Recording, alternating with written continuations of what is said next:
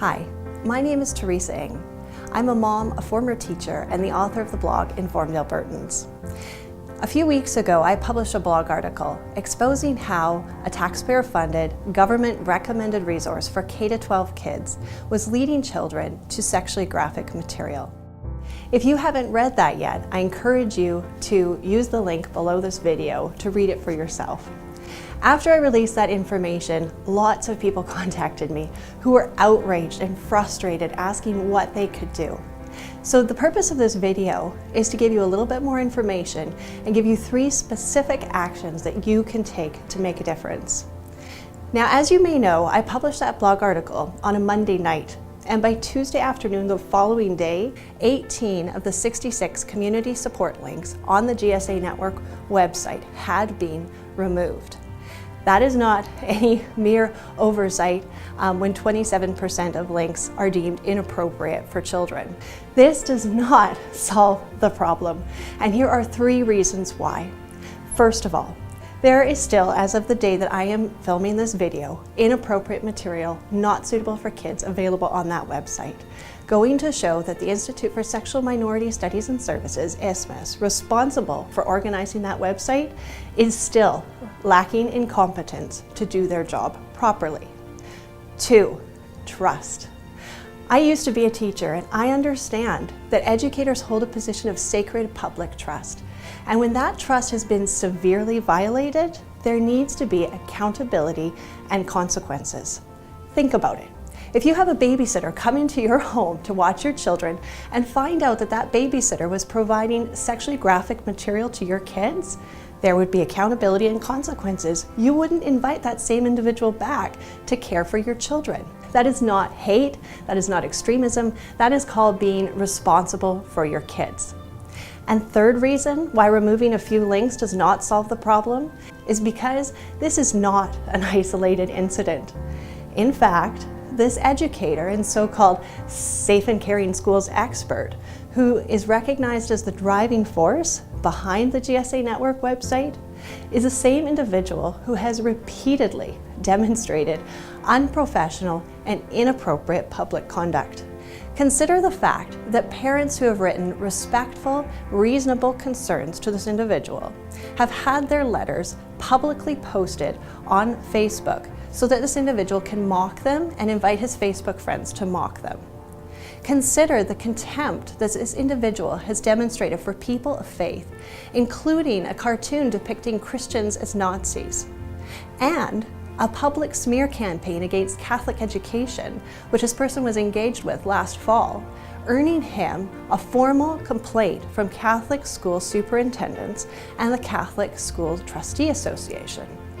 And consider the fact that the same individual posts sexually graphic material on his own social media, including a commercial which shows naked young people who roll around in the grass together and kiss erotically, wearing only their tennis shoes. Albertans expect and deserve a much higher standard of professionalism from those that we entrust our kids to in our K-12 education system. Now, the Minister of Education and this NDP government would rather that you don't know about this information, or if you do, that you just quickly forget about it, because they would like to continue to use your taxpayer money to employ these special interest group friends of theirs and give them a free pass to our K-12 education system and to your children. But we cannot let that happen. So here are 3 things that you can do. Number 1, you can sign the petition that I have available on change.org to provide a publicly available metric of the number of people who are concerned. Number 2, you can write a letter, not an email, an actual paper letter, maximum 1 page, short, sweet, to the point, to our Minister of Education. But please don't send it to him. Send it to me instead at my P.O. box, which I've included in the text below this video. The reason is because last year we had thousands and thousands of people who wrote letters to our Minister of Education expressing concerns about the Alberta Education Guidelines for Best Practices.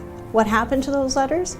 They were shoved in a drawer or a box somewhere, dismissed, disregarded, and ignored. And we cannot let that happen again. If you send me your 1-page letters, I promise that I will not let our politicians forget about your concerns. I will photocopy each of your letters and provide a copy to the Minister of Education, as well as to the education critics of the Wild Rose and Progressive Conservative parties, so that we can see which politicians are actually going to take a stand for the safety and care of our children. And third of all, I ask that you inform others. I have provided a one-page summary for you below this video. And I would ask that you print off 10, 20, 50 copies. Go to Staples and print off 100 copies. Give those copies to your family, your friends, your neighbors, your coworkers, so that they know what's happening and who's being entrusted with authority over our K-12 education system, so that we can demand assurances publicly from our Minister of Education that these same individuals who have severely and repeatedly violated the public trust are not still being trusted with authority over our children and our education system in this province. Even though my blog article has been viewed almost 50,000 times, which seems like a lot, there are over 3 million people in the province of Alberta, meaning that there are a lot of people who still don't know about this information. This is time sensitive, so I would ask that you invest 20 minutes today to take care of these 3 things. If you have any questions, my email address is provided below. Thank you so much for taking a stand for the safety of kids in this province, and I look forward to getting your letters soon. Thank you. Bye.